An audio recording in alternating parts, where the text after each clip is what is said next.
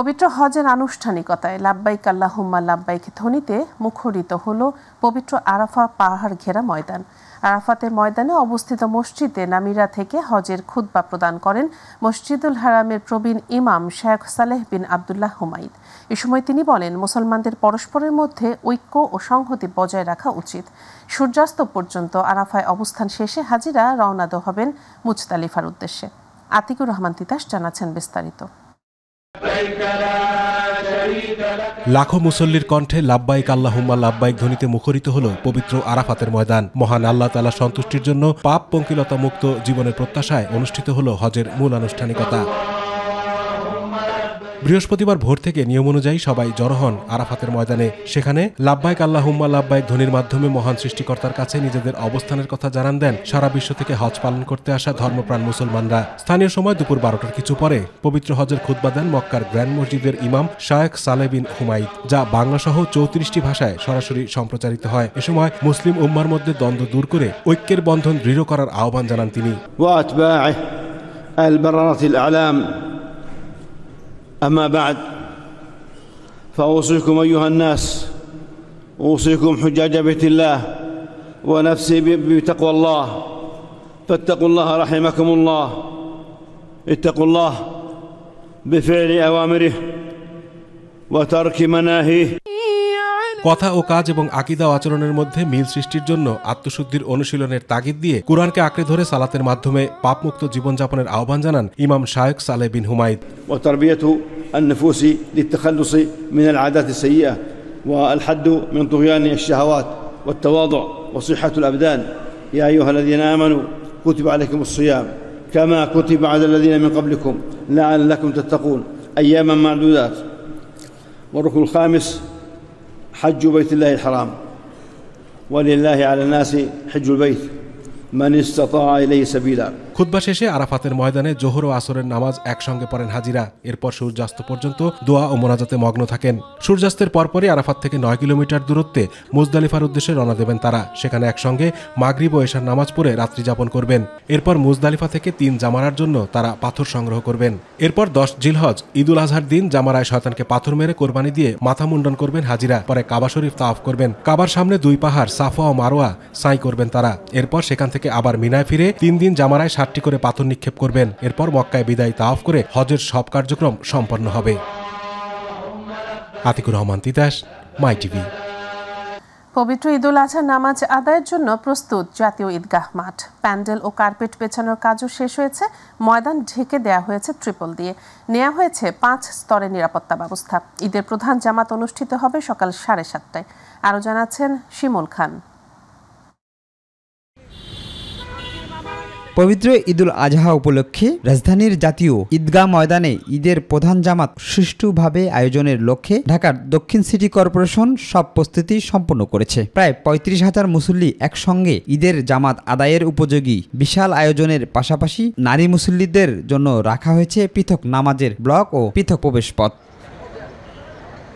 সকাল 7:30 জাতীয় ঈদগাহ ময়দানে ঈদের প্রধান জামাত অনুষ্ঠিত হবে। তবে বৈরী আবহাওয়া থাকলে বিকল্প হিসেবে বাইতুল মোকাররম জাতীয় মসজিদে সকাল 8টায় ঈদের প্রধান জামাত অনুষ্ঠিত হবে। ঈদুল আজহা উপলক্ষে জাতীয় ঈদগাহে যে ঈদের জামাত অনুষ্ঠান তার সকল প্রস্তুতি আমরা সম্পন্ন করেছি।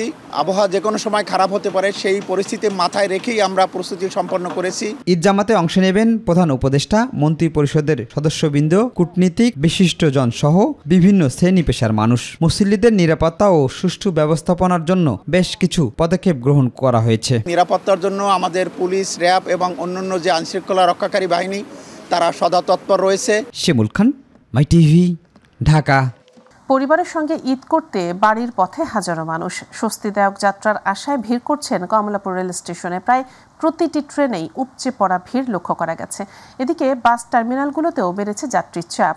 সকালে সায়েদাবাদ বাস টার্মিনাল পরিদর্শন করে সড়ক উপদেষ্টা ফওজুল কবির খান জানান, যেখানেই যানজট হচ্ছে ব্যবস্থা নেওয়া হচ্ছে। জ্বালানি তেলের দাম কমানো হয়েছে, তাই ভাড়া বেশি নিলেই ব্যবস্থা নেওয়া হবে বলেও জানান তিনি। আবু সাইদ অপু রিপোর্ট।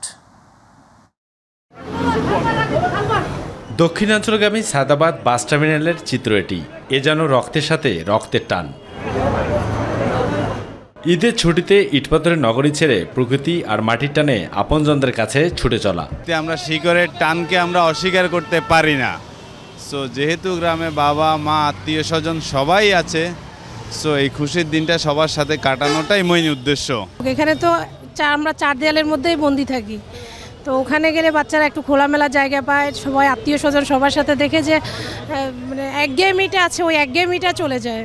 ঘরমুখ মানুষের নিরাপদ যাত্রার প্রতিশ্রুতি কতটুকু নিশ্চিত হয়েছে তার সরেজমিনে দেখতে সায়দাবাদ বাস টার্মিনালে যান সড়ক ও পরিবহন উপদেষ্টা ফাউজুল করিম। এ সময় তিনি সাংবাদিকদের বলেন, ঘরমুখ মানুষের বিড়ম্বনা আর অনাকাঙ্ক্ষিত ঘটনা ঘটলে কোনো ছাড় নেই। ঢালাও অভিযোগ না করে যদি নির্দিষ্ট যদি বলেন যে ওই গাড়ি এত টাকা ভাড়া, আসলে এত টাকা ভাড়া নিচ্ছে, আমরা তাৎক্ষণিক ব্যবস্থা নেব।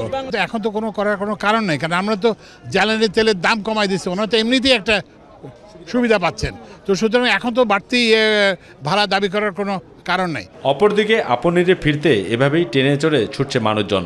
উদ্দেশ্য একটাই, আপনজনদের সাথে প্রিয় মুহূর্তটুকু কাটানো।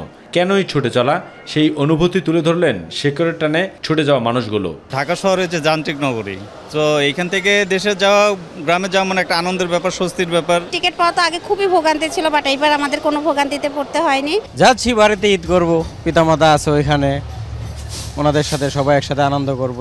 ঈদের এত লম্বা ছুটিতে ঢাকায় থেকে কি করতাম, তো এই জন্য গ্রামে যাচ্ছি নিজের দাদির সাথে ঈদ কাটাতে। পাশাপাশি ঈদুল আজহা শেষে ঘরমুখ মানুষের যাত্রা কতটুকু নির্বিঘ্ন হচ্ছে তা দেখতে কমলাপুর রেল স্টেশনও পরিদর্শন করেন সড়ক ও পরিবহন উপদেষ্টা। আমরা আবার নির্দেশ দিয়ে যাচ্ছি যে ছাদের উপরে যাত্রী উঠবে না এবং ওই যে জানলা দিয়ে কোনো লোক ঢুকবে না, সবাই ওই ইয়েতে ঢুকবে, এটা এনশিওর করতে হবে। পরিবার পরিজনের সাথে ঈদের আনন্দ মুহূর্তটুকু কাটাতে ইটপাথরের নগরী রাজধানী ছাড়তে শেষ মুহূর্তে শুরু করেছে মানুষজন। তাদের প্রত্যাশা একটাই, যেভাবে তারা নিরাপদে বাড়ি ফিরে পরিবার পরিজনের সাথে প্রিয় মুহূর্তটুকু কাটিয়ে আবার যেন ঠিক সেভাবেই নিরাপদে ফিরতে পারেন কর্মব্যস্ততার নগরী এই রাজধানীতে, এমনটাই প্রত্যাশা ছিল এসব ঘরমুখ মানুষের। কমলাপুর রেল স্টেশন থেকে আবু সাইদ আপু, মাই টিভি, ঢাকা। ঈদ যতই ঘনিয়ে আসছে, প্রিয়জনের সাথে ঈদ উদযাপনে মহাসড়কে গাড়ির চাপ যেন ততই বাড়ছে। ঢাকা টাঙ্গাইল যমুনা সেতু মহাসড়কে অন্তত 15 কিলোমিটার এলাকা জুড়ে থেমে থেমে যানজট সৃষ্টি হয়েছে, যা আজ লক্ষ্য করা গেছে। বৃহস্পতিবার ভোর থেকে মহাসড়কের টাঙ্গাইল অংশের এলেঙ্গা থেকে যমুনা সেতু পর্যন্ত এ যানজটের সৃষ্টি হয়। এতে করে ঈদে ঘরমুখ মানুষ পড়েছেন চরম বিপাকে। পুলিশ জানায়, হঠাৎ করে মহাসড়কে অতিরিক্ত যানবাহনের চাপ সৃষ্টি হয়, আর এতে করেই যমুনা দিয়ে সিরাজগঞ্জ অংশে গাড়িগুলো ঠিকমতো যাতায়াত করতে পারছিল না, যার কারণে মহাসড়কে যানজটের সৃষ্টি হয়। দর্শক, এবার গাজীপুর থেকে মহাসড়ক পরিস্থিতির খবর জানাচ্ছেন প্রতিনিধি চঞ্চল চৌধুরী। ধন্যবাদ আপনাকে। শেষ মুহূর্তে মানুষ কিন্তু নারী টানে বাড়ি ফিরছে, তারা প্রিয়জনদের সাথে ঈদের আনন্দ ভাগাভাগি করবে। এই মুহূর্তে ঢাকা ময়মনসিংহ মহাসড়কের গাজীপুরের চান্দনা চৌরাস্তায় অবস্থান করছে। এখানকার যে সার্বিক পরিস্থিতি মহাসড়কের, তা যদি বলতে চাই তাহলে বেলা বাড়ার সাথে সাথেই কিন্তু এই রাত অবধি কিন্তু গাড়ির চাপ কিন্তু অনেকটাই বেড়েছে। অর্থাৎ আজকে যেহেতু শিল্প কলকারখানা, সরকারি বেসরকারি সব কিছু ছুটি হয়েছে, সেক্ষেত্রে মানুষের চাপ কিন্তু বেড়েছে। অর্থাৎ মহাসড়কে কিন্তু দীর্ঘ গাড়ির সারি আমরা দেখতে পাচ্ছি। এই মুহূর্তে গাজীপুর চৌরাস্তা থেকে আশেপাশের চান্দনা, বুগড়া বাইপাস, মালিকের বাড়ির সহ এখান থেকে রাজেন্দ্রপুর পর্যন্ত কিন্তু গাড়ির দীর্ঘ জটলা কিন্তু আমরা দেখতে পেয়েছি। অর্থাৎ যাত্রীরা একটি অভিযোগ করছে যে প্রয়োজনীয় তুলনায় তাদের যে যানবাহন সেটি কিন্তু তারা পায়নি। অর্থাৎ এবং পাশাপাশি আরেকটি অভিযোগ রয়েছে যে যানবাহনে অতিরিক্ত ভাড়া নেওয়া হচ্ছে, 3 গুণ 4 গুণ থেকে 5 গুণ পর্যন্ত তাদের ভাড়া বেশি দিতে হচ্ছে। এবং আমরা এই বিষয়গুলো নিয়ে প্রশাসনের সাথে কথা বলছিলাম, তারা বলছে যে পুলিশের সাথে সাথে যৌথ বাহিনী কাজ করছে ঈদে ঘরমুখ মানুষের যাত্রা নির্বিঘ্ন করার জন্য। এখনও পর্যন্ত তারা কাজ করে যাচ্ছে। অর্থাৎ মহাসড়কের যে সার্বিক পরিস্থিতি, এখন পর্যন্ত মানুষ ধীরে ধীরে গন্তব্যে তাদের যেতে পারছে। অর্থাৎ একেবারে যে নাকাল হওয়ার দশা, সেটি কিন্তু এখন পর্যন্ত চোখে পড়েনি। তো গাজীপুর থেকে ঈদ যাত্রার এই ছিল আমার কাছে সর্বশেষ তথ্য। আপনাকে ধন্যবাদ। এদিকে গাজীপুরের ঢাকা টাঙ্গাইল মহাসড়কে যানবাহনের চাপ বাড়ায় থেমে থেমে চলতে দেখা গেছে যানবাহন। বৃহস্পতিবার গাজীপুরের অবশিষ্ট 50% পোশাক কারখানায় ছুটি হওয়ার পর বিকেলে যানবাহনের চাপ বেড়ে যায়। ঈদযাত্রা নির্বিঘ্ন করতে পুলিশের পক্ষ থেকে 3 স্তর বিশিষ্ট নিরাপত্তা ব্যবস্থা নেওয়া হয়েছে। মহাসড়কে কাজ করছেন কয়েক হাজার পুলিশ সদস্য, সাথে রয়েছেন সেনাবাহিনী ও বিজিবি সদস্যরাও। এখান থেকে যাত্রীরা দীর্ঘ সময় গাড়ির জন্য অপেক্ষা করে পর্যাপ্ত যানবাহন না পেয়ে খোলা ট্রাক, বাসের ছাদ, পিকআপ বা অন্য ছোট যানবাহনে করেই ঈদে বাড়ি যাচ্ছেন। দর্শক, এই মুহূর্তে গাজীপুরের কালিয়াকৈর থেকে মহাসড়ক পরিস্থিতির খবর জানাতে আমাদের সঙ্গে যুক্ত হচ্ছেন প্রতিনিধি AKM শিশির।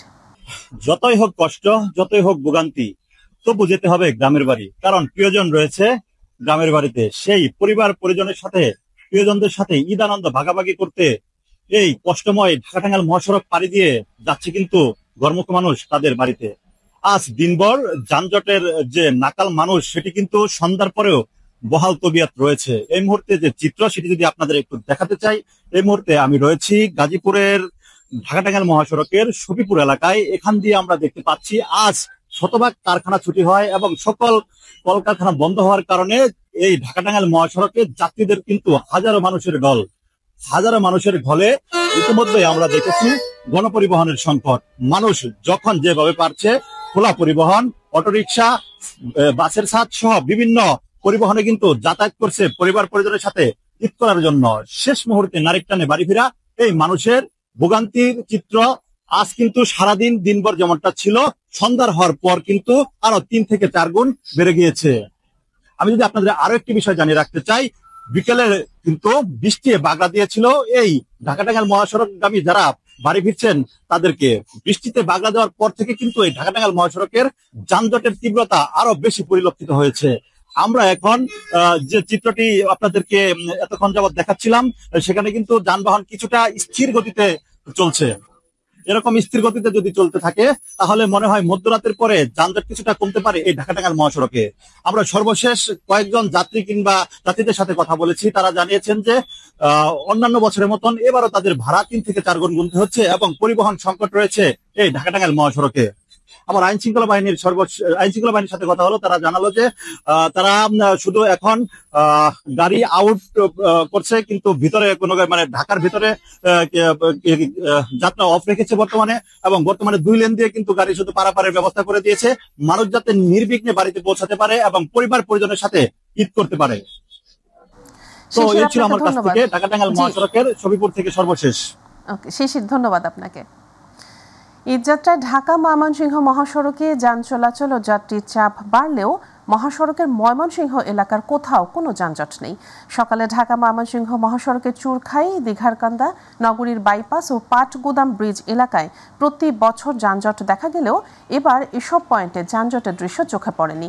অন্যান্য দিনের চেয়ে যানবাহন চলাচল করেছে ধীর গতিতে। তবে দূরপাল্লার যাত্রীদের অভিযোগ, নির্ধারিত ভাড়ার চেয়েও 100 থেকে 200 টাকা পর্যন্ত বেশি নেওয়া হচ্ছে ভাড়া। এদিকে ঈদে ঘরমুখী মানুষের নিরাপত্তা ও নির্বিঘ্নে যাতায়াতে আইনশৃঙ্খলা বাহিনীর তৎপরতা ছিল লক্ষণীয়।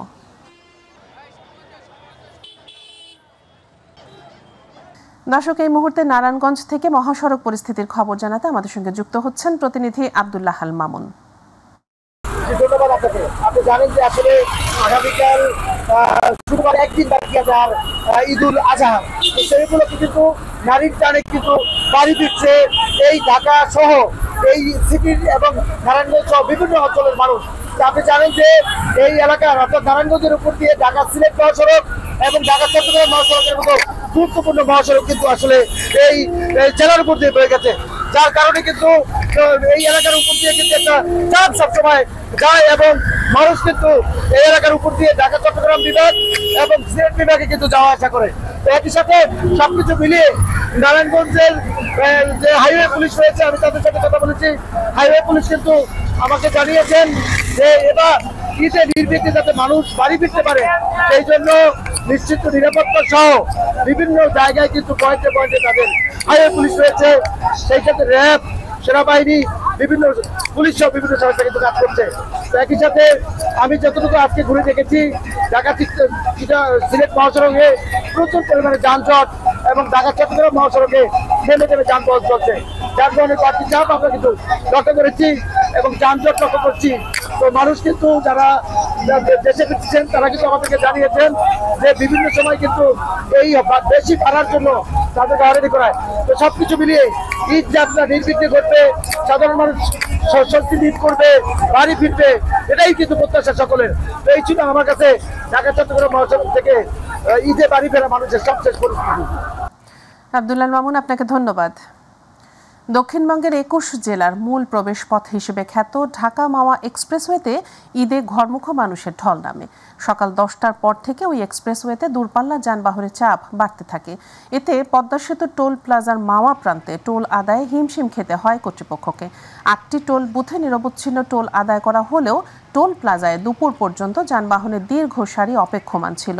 অধিক যানবাহনের কারণে টোল আদায়ে বিলম্ব হওয়ার কারণে এক্সপ্রেসওয়েতে যানবাহনে ধীর গতি দেখা গেছে। পরিবারের সাথে ঈদুল আজহা উদযাপন করতে রাজধানীর সদরঘাট লঞ্চ টার্মিনালে ছিল ঘরমুখ মানুষের উপচে পড়া ভিড়। সড়ক রেলপথের মতো শেকড়ের টানে নদীপথেও যাত্রা করছেন রাজধানীবাসী। বৃহস্পতিবার সকাল থেকেই সদরঘাট লঞ্চ টার্মিনালের বিভিন্ন পয়েন্টে যাত্রীদের আনাগোনা বাড়তে থাকে। কেউ আগেভাগে কাটা টিকিট হাতে নিয়ে লঞ্চে ওঠেন, আবার কেউ কেবিনের টিকিট না পেয়ে ডেকে যাত্রা করেন। ঈদুল আজহা উপলক্ষে বিশেষ সার্ভিসের ব্যবস্থা করা হয়েছে। এ উপলক্ষে যুক্ত হয়েছে অন্তত ১৬টি নতুন লঞ্চ। শেষ মুহূর্তে যেতে পারতেছি পরিবারের কাছে, এটাই অনেক বড় পাওয়া। কত কষ্ট এগুলো সব ভুলে যাওয়া যায়, কারণ সবার পরিবেশ পরিজনের সাথে আনন্দ করা যায়। শেষ মুহূর্তে জমে উঠেছে রাজধানীর পশুর হাটগুলো। বিক্রিতে ব্যস্ত খামারিরা, তবে দাম নিয়ে মত পার্থক্য রয়েছে ক্রেতা বিক্রেতাদের মাঝে। ক্রেতারা বলছেন শেষ সময়েও দাম ছাড়ছেন না খামারিরা, তবে খরচ অনুযায়ী মূল্য না পাওয়ার কথা জানান বিক্রেতারা। কোরবানির পশুর হাট ঘুরে রিপোর্ট করছেন SM আরিফ। রাজধানীর পশুর হাটে শেষ মুহূর্তে জমে উঠেছে বেচাকেনা। বৃহস্পতিবার সকালে ক্রেতা কিছুটা কম থাকলেও বেলা বাড়ার সাথে সাথে সরগরম হয়ে ওঠে পশুর হাট। তবে শেষ মুহূর্তে দাম কিছুটা বেশি বলে জানান ক্রেতারা। অনেক বাজারে অনেক দাম ছাড়তেছে না। কাল রাতে এত গরু বিক্রি হয়েছে, হয়তো আজকে দিনে আরো কাস্টমার আসবে, এই জন্য ব্যাপারে গরু ধরে রাখছে, দেখি কি হয়। বিক্রেতারা বলছেন উল্টো কথা। প্রতিপালন ও পরিচর্যা ব্যয়ের সাথে সামঞ্জস্য রেখেই দাম নির্ধারণ করার কথা জানান তারা। গেলবার মার্কেটে খুব ভালো ছিল, কিন্তু সেই তুলনামূলক এবার খুবই ডাউন বাজারটা আমাদের। আমরা যে আশা করছিলাম সেটা আমাদের আর এবার সফলতা আসতেছে না। 1,80,000 টাকা দিয়ে ক্রয় করছি, বিক্রি করছি 1,80,000, যাতে যাওয়া আসে আমার 10,000 টাকা লস হয়েছে। এই সমস্ত গরু খাওয়াইতে অনেক পুরোপুরি অনেক দাম, বুঝছেন, হিসাবে তুললে লাভ হচ্ছে না। আবার কেউ কেউ সাধ্যমতো পশু কিনতে পারায় সন্তুষ্টির কথা জানান। গতবার থেকে কম বলবো না, মানে বেশি, কিন্তু এতটা বেশি না যে সাধ্যের বাইরে। এবারে করণী বাজার হাটে দাম দেখলাম মানে ক্রেতাদের ক্ষমতার ভিতরে আছে। দেশের বিভিন্ন প্রান্ত থেকে এখনো হাটে আসছে কোরবানির পশু। গতবারের থেকে আমার মনে হলো যে দাম একটু কম। আগে হলো দুর্নীতির টাকা ভরা ছিল পকেটে, এখন তো দুর্নীতির টাকা নাই, এখন এই জন্য বড় গরু কিনতে পারতেছে না। দেখো সৎ পয়সা আছে, তারা অনেকে বড় গরু কিনবে। রাজধানী আইন শৃঙ্খলা পরিস্থিতি মাশাআল্লাহ খুবই ভালো থাকবে, যেহেতু আমাদের আপনারা সবাই ছুটি চলে গেলেও আমাদের ইউনিফর্ম বাহিনী কিন্তু থেকে যাইতেছে, এই জন্য কোনো অসুবিধা হবে না। SM Arif, MyTV, Dhaka. দর্শক দেখছিলেন রাজধানীর পশুর হাটের খবর। এবার দর্শক একটু চোখ রাখবো রাজধানীর বাইরে। বরিশাল থেকে গরুর হাটের সর্বশেষ পরিস্থিতি জানাতে আমাদের সঙ্গে যুক্ত হচ্ছেন সহকর্মী পারভেজ রাসেল। ধন্যবাদ আপনাকে। আমি এই মুহূর্তে রয়েছি বরিশাল সিটি কর্পোরেশন। এবছর মাত্র 4টি গরুর হাটের অনুমতি দিয়েছে। সেই 4টি হাটের যে কাশীপুর বাগিয়া যে হাটটি রয়েছে সেই হাটে রয়েছি। দেখেন অনেক রাত, এখনও কিন্তু আসলে এই হাটে ক্রেতা রয়েছে, গরুও রয়েছে। তবে বিগত বছরে এই হাটে যে পরিমাণ বড় বড় সাইজের গরু ছিল, এবছর কিন্তু সেই বড় গরুর সংখ্যা খুবই কম, এবং গরু কম হওয়ায় ছোট গরুগুলো আসলে বেশি আসছে এবং সেগুলোর চাহিদাও বেশি। তবে ক্রেতাদের চাহিদা থাকার কারণে আবার এই যে যারা নিয়ে আসছেন গরুগুলো, ব্যাপারী বা বিভিন্ন অ্যাগ্রোফিড থেকে অথবা যারা বাসা বাড়িতে লালন পালন করছে, সেই গরুগুলোর দামও কিন্তু তারা বেশি চাচ্ছে। সব মিলিয়ে অনেক রাত হলেও আর বাকি মাত্র একদিন রয়েছে ঈদুল আজহার। ক্রেতারা আসছে, দেখছে, কেউ ক্রয় করছে। তবে সিটি কর্পোরেশনের যে হাটগুলো রয়েছে, 4টি হাট, এই হাটগুলোতে ক্রেতাদের সমাগম বেশি হলেও আসলে যে কেনা বেচা কিন্তু খুবই কম। তবে এর থেকে যে বরিশালের সদর উপজেলার চরমনা ইউনিয়নের যে হাটটি রয়েছে গরুর হাট সেই বা গরু ছাগলের হাট, সেই হাটটিতে কিন্তু ক্রেতার সমাগমও যেমন বেশি হয় এবং বেচা কেনাও বেশি হয়। আর সাধারণ যারা ক্রেতা রয়েছে তারা বলছে যে সেই হাটগুলোতে কিন্তু যে ইজারা রয়েছে গরু ক্রয়ের ক্ষেত্রে, সেই ইজারা কিন্তু খুবই কম, বা যেটা হাসিল বলে যেটা কাটা হয় সেটা কিন্তু মাত্র 100 টাকা। আর এই সব জায়গায় গরুর যে কেনার পরে যে খাজনা দিতে হয় সেটা কিন্তু 3000 4000 টাকা করে পড়ে যায়। এই কারণে আসলে ক্রেতা অনেকটা কম আসে। তবে অনেকেই আবার আগামী দিন একদিন যখন সময় আছে ঈদের দিন ভোরেও অনেকে কিন্তু গরু ক্রয় করবে বা কোরবানির পশু ক্রয় করবে। তো সব মিলিয়ে নিষিদ্ধ নিরাপত্তার বেষ্টনীতে ঘেরা রয়েছে বরিশালের গরুর হাটগুলো, এবং আমাদেরও প্রত্যাশা রয়েছে ঈদুল আজহায় সুষ্ঠু সুন্দর নিরাপত্তার মধ্য দিয়ে প্রতিটি মুসলমান যেন আল্লাহর রাজি খুশির জন্যই এই কোরবানি পালন করতে পারে, এমনটা প্রত্যাশা আমাদেরও। তো আপাতত এই রয়েছে বরিশালের গরুর হাট থেকে আমার কাছে সবশেষ তথ্য। পারভেজ রাসেল, আপনাকে ধন্যবাদ। ঈদুল আজহা ঘিরে ব্যস্ত ঝালকাঠি নলছিটির কামারপল্লীগুলো। চাপাতি, ছুরি, বটিসহ বিভিন্ন সরঞ্জাম বানাতে দিন রাত পরিশ্রম করছেন কারিগররা। তবে বেচা বিক্রি কিছুটা কম বলে ভালো নেই কামার শিল্পীরা। কয়লাসহ সরঞ্জামের দাম কিছুটা বেড়েছে বলছেন বিক্রেতারা। প্রতিনিধি রাশেদ খান মিঠুর তথ্যচিত্রে আরও জানাচ্ছেন শামস তাবরিজ উচ্ছ্বাস। ঈদুল আজহাকে সামনে রেখে এখন ব্যস্ত সময় পার করছেন কামারপল্লীর শিল্পীরা। টুংটাং শব্দই বলছে ঈদ লেগেছে কামারের দোকানে। দিনরাত চলছে চাপাতি, দা, বটি, ছুরি তৈরি ও শানের কাজ। কয়লার দগদগে আগুনে লোহাকে পুড়িয়ে পিটিয়ে তৈরি করছে সব ধরনের ধারালো সামগ্রী। বংশ পরম্পরায় বহন করে চলা এই শিল্পের তৈরি। সারা বছর কাজ কম থাকলেও কোরবানির ঈদ আসলে কিছুটা ব্যস্ততা বাড়ে কামারদের। আমার বাবাই ওই ব্যবসা করছে, আমিও এই ব্যবসা করি, কিন্তু তুলনামূলকভাবে প্রত্যেকবারে ঠিক নেই, এবার কাম অনেক খারাপ, অনেক কম। বর্তমানের যে অবস্থা, তাতে সংসার টিয়া ব্যবসা বাণিজ্য করিয়া ধরিয়া রাখা ঐতিহ্য খুবই আমাদের কষ্টকর। সর্ব জিনিসের দাম বাড়ছে, মনে করেন কয়লার দাম বেড়ে গেছে, তারপর কর্মচারীকে বেতন বাড়ছে, আমাকে বেচা কিনা অনেক কমে গেছে। আমাদের চারপুরেই কাম চলে, কিন্তু এখন কাজকর্ম খুব কম, আমরা খুব অসুবিধার মধ্যে আছি। তবে স্থানীয় কারিগররা জানান গতবারের তুলনায় এবার কোরবানির ঈদে বেচা বিক্রি এবং কর্মের পরিধি কিছুটা কম। লোহার দাম একটু বেশি হয়, সকল সরঞ্জামের দাম একটু বেশি। সরকারি সহযোগিতা না পেলে এই পেশা টিকিয়ে রাখা কঠিন হবে বলছেন অনেকে। বিগত বছরের তুলনায় এবছর তাদের কর্মযোগ্য কিছুটা কম। তো এক্ষেত্রে সরকারি সহায়তার বিষয় হচ্ছে তারা যদি আমাদের কাছে আসে এবং আমরা সরকারের ঊর্ধ্বতন কর্তৃপক্ষ বরাবর আমরা তাদের যে আবেদন এবং নিবেদন এটি আমরা পৌঁছে দিতে পারি। সরকারের প্রণোদনা এবং কামারপল্লীর জীবনমান উন্নয়নে সহযোগিতার কথা জানিয়েছে উপজেলা প্রশাসন। লোহার তৈরি ছোট ছুরি বিক্রি হচ্ছে 100 থেকে 250 টাকায়, জবাইকৃত ছুরি মিলছে 500 থেকে 1000 টাকায় এবং বিভিন্ন সাইজের চাপাতি মিলছে 600 থেকে 2000 টাকা দরে। শামস তাবরিজ উচ্ছ্বাস, মাই টিভি নিউজ ডেস্ক। দেশে দীর্ঘদিন পর নতুন করে করোনায় এক ব্যক্তির মৃত্যুর খবর জানিয়েছে স্বাস্থ্য অধিদপ্তর। গত 24 ঘন্টার হিসেবে করোনায় আক্রান্ত হয়ে একজনের মৃত্যু হয়েছে এবং 3 জন নতুন করে করোনায় আক্রান্ত হয়েছেন।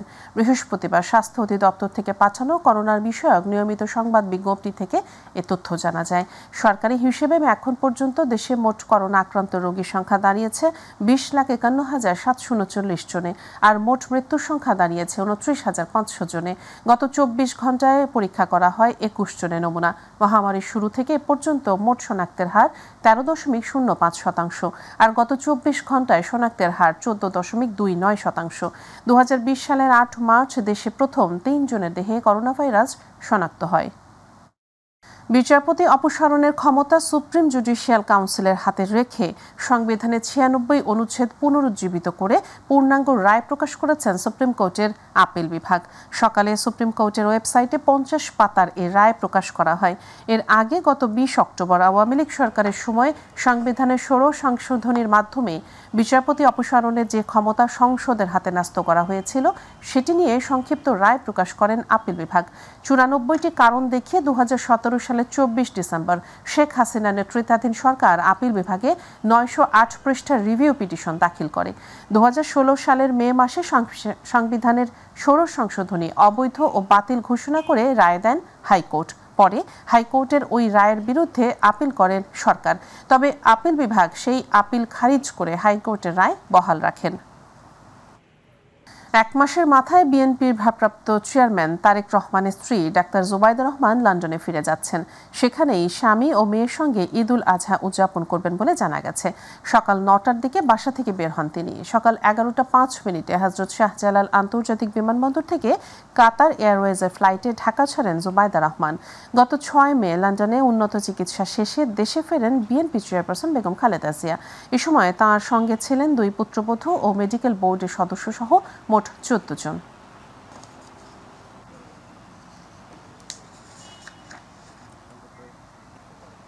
একটি দুর্বৃত্ত চক্র এআইয়ের মাধ্যমে তারেক রহমান, জুবাইদা ও জাইমান নামে অসত্য তথ্য সামাজিক যোগাযোগ মাধ্যমে প্রকাশ করছে, যা উদ্দেশ্য প্রণোদিত বলে মন্তব্য করেছেন বিএনপি সিনিয়র যুগ্ম মহাসচিব রুহুল কবির রিজভী।